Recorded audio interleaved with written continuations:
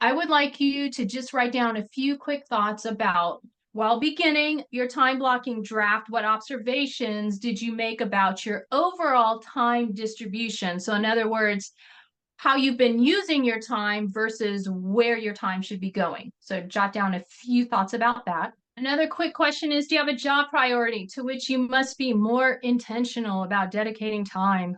Question 3, what other modifications can you make to your overall time distribution in order to improve task efficiency? In other words, can you spot a couple of tasks where maybe you can chunk them together and become more efficient with those particular tasks? And question number 4 is, how much reactionary time should you allow for each day? In other words, that cushion time, that padding in there, do you think you should allow maybe 30 minutes in the morning, 30 in the afternoon? Is it closer to an hour in the morning, hour in the afternoon? How much time would you like to eventually build into your schedule?